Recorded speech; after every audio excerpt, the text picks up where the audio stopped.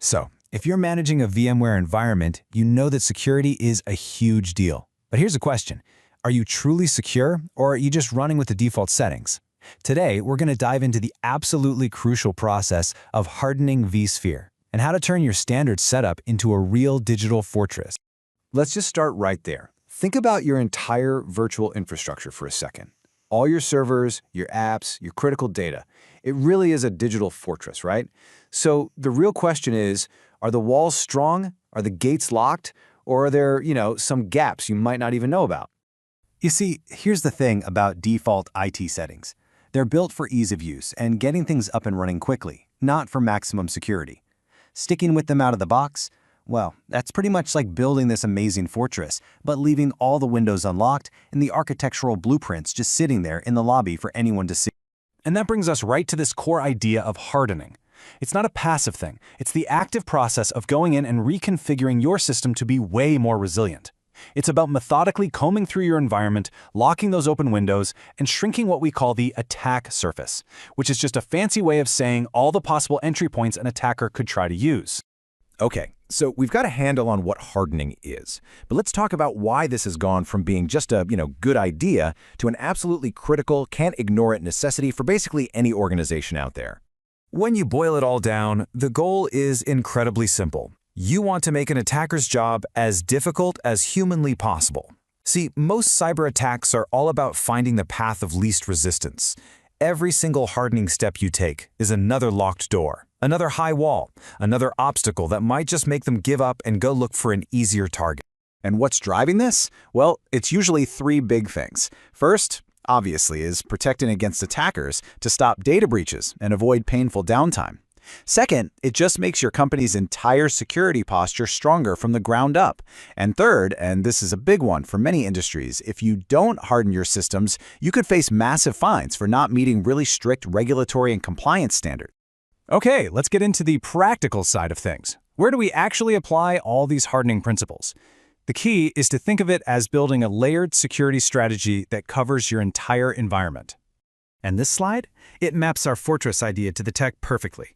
Down at the bottom, you've got your ESXi hosts. These are the physical servers, the actual bedrock your fortress is built on. Then you have the vCenter server. That's your control center, the command tower where you manage everything. Your networking is the moats and the walls protecting it all. And then, safe inside, are the virtual machines themselves, the crown jewels you're trying to protect. You can't just secure one layer, you've got to secure them all. All right, so we've covered the what and the why. Now let's get to the how. How do the pros actually do all of this correctly and, maybe more importantly, consistently? And that's a fantastic question, right? Because this can't just be a guessing game. You absolutely need a reliable, official playbook to follow. And luckily, that playbook comes directly from VMware. They publish these amazing resources called the Security Configuration Guides, or SCGs for short. Now, some of you might remember them by their old name, the Hardening Guides. These guides are, without a doubt, the Bible for best practices. The process then becomes pretty straightforward, really. Step 1, you grab the latest guide for whatever version of vSphere you're running. Step 2, you start implementing the specific security controls it lays out. And step 3, and listen, this is so crucial for any environment that's not tiny, you automate the whole process with scripts. A lot of these are even provided right in the guides to get you started. To make all this feel a little more real, let's zoom in and look at one of the most fundamental hardening principles in action: controlling who has access to what. This concept is known as Role-Based Access Control, or RBAC, and it's all built on something called the Principle of Least Privilege. The best way to think about it is this. In your fortress, you don't give every single guard the master key that opens every single door, right? No way. You give them only the keys for the specific rooms and areas they need to patrol. That's it. And this comparison just illustrates that point perfectly. A super admin account, that's the master key. It's incredibly powerful, sure, but it's also a massive, massive risk if it ever gets compromised. An attacker with those keys can do anything, but an account like a VM operator, they have a very limited key. If their account gets compromised, the amount of damage an attacker can do is incredibly small. That's RBAC at work, and it's beautiful. Of course, access control is just one piece of this giant puzzle. You also need regular patch management to close any newly found security holes.